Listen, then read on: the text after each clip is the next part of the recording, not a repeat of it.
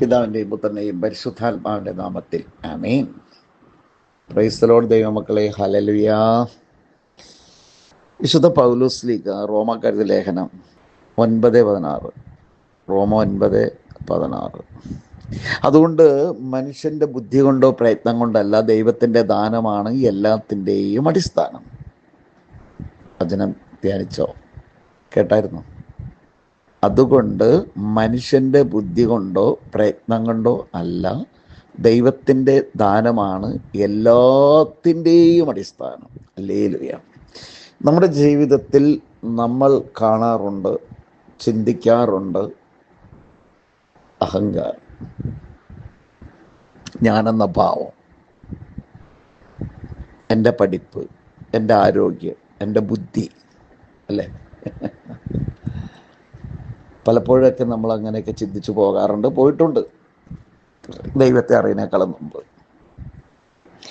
പക്ഷെ ഈ ചിന്താഗതികളൊക്കെ ചില സമയത്ത് പരാജയത്തിൽ വരാറുണ്ട്. നമ്മൾ ക്രിസ്തുവിനെ അനുഗമിക്കാറുണ്ട്, അല്ലെങ്കിൽ ദൈവമായിട്ടൊന്ന് രമ്യതപ്പെടാറുണ്ട്. അപ്പോൾ ആ കാര്യങ്ങൾ ശരിയാകാറുണ്ട്. ചിലത് സഹോദരങ്ങൾ തമ്മിലായിരിക്കാം, സഹോദരിമാർ തമ്മിലായിരിക്കാം, വീട്ടുകാർ തമ്മിലായിരിക്കാം, ബന്ധുക്കൾ തമ്മിലായിരിക്കാം, മാതാപിതാക്കൾ തമ്മിലായിരിക്കാം.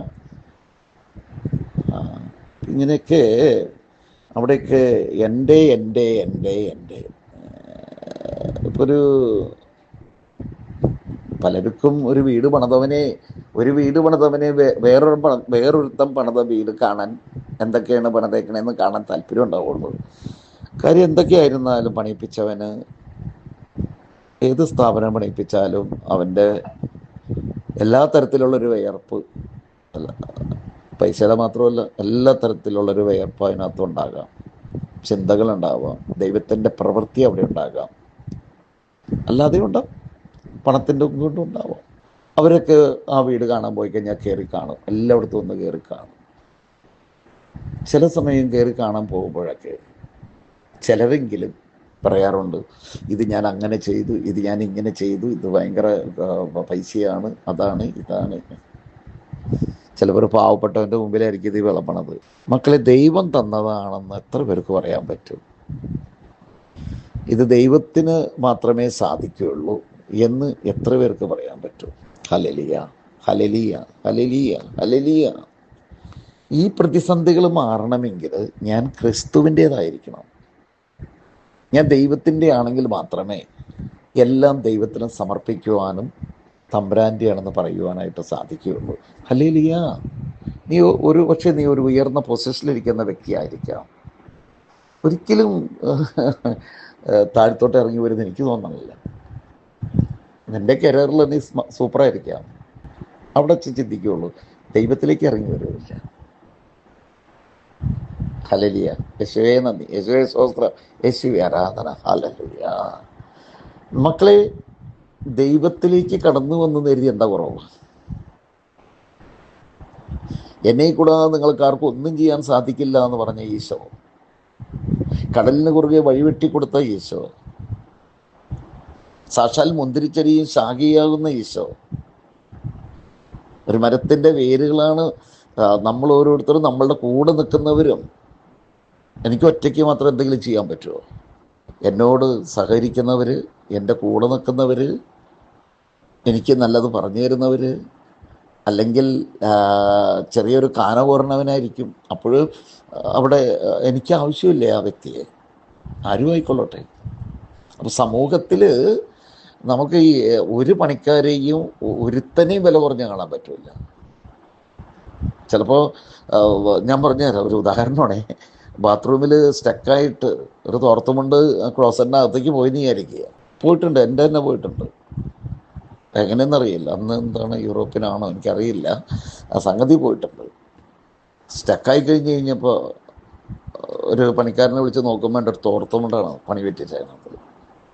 നമ്മൾ എത്രമാത്രം അദ്ദേഹത്തിന് ഡിപ്പെൻഡ് ചെയ്യണം. കാശ് കൊടുത്തിട്ടായാലും എങ്ങനെയായിരുന്നാലും എല്ലാവരും കാശ് കൊടുത്ത് നിൽക്കുമോ? അപ്പോൾ ഒരു തൊഴിലാളികളെയും ആരെയും നമുക്ക് വില കുറഞ്ഞ് കാണാൻ പറ്റില്ല.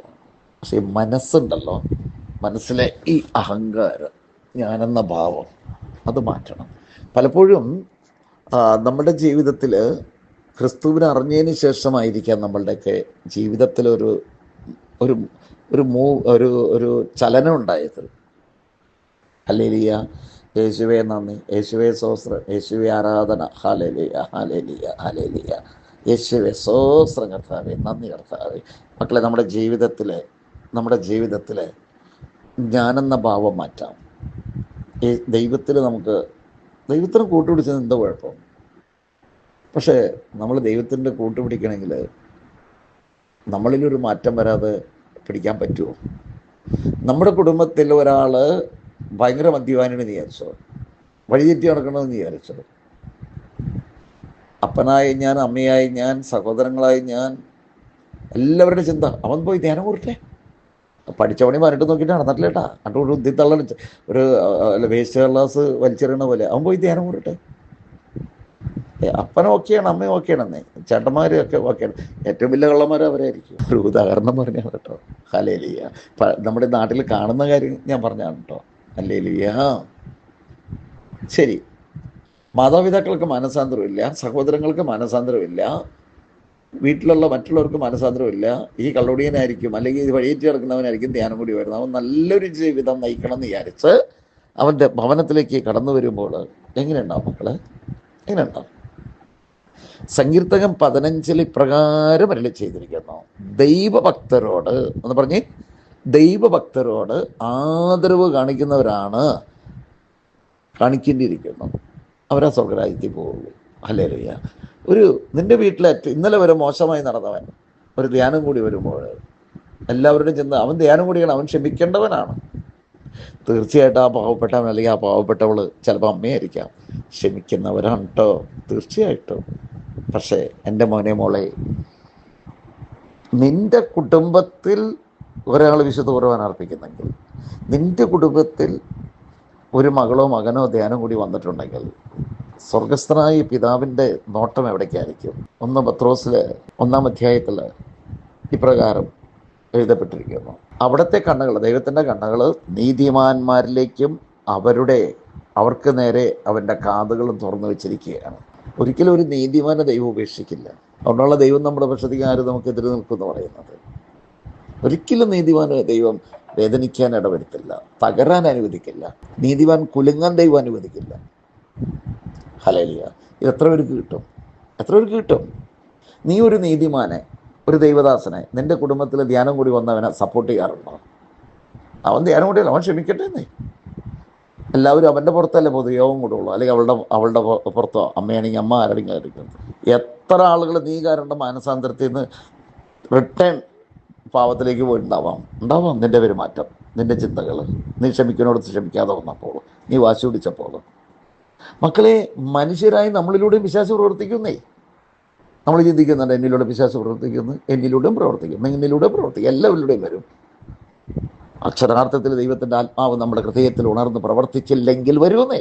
ദൈവത്തിൻ്റെ മക്കൾ, ഒരു ദൈവഭക്തൻ പുഴയരികിൽ വരുന്ന വൃക്ഷത്തെ പോലെ വളരും. ദൈവം തെരഞ്ഞെടുക്കപ്പെട്ടവരുടെ മേൽ ആർക്ക് കുറ്റം ആരോപിക്കാൻ സാധിക്കും? ആർക്ക് സാധ്യമല്ല.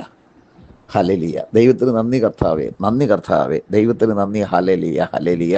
ദൈവപിതാവേ ആരാധിച്ചിടും നീതാ, ദൈവപിതാവേ പാടിപ്പുകഴ്ത്തു നീതാ. ദൈവം സമൃദ്ധിയായി നിന്റെ കുടുംബത്തെയും നിന്റെ പ്രവർത്തനങ്ങളെയും അനുഗ്രഹിക്കട്ടെ. ആമേൻ.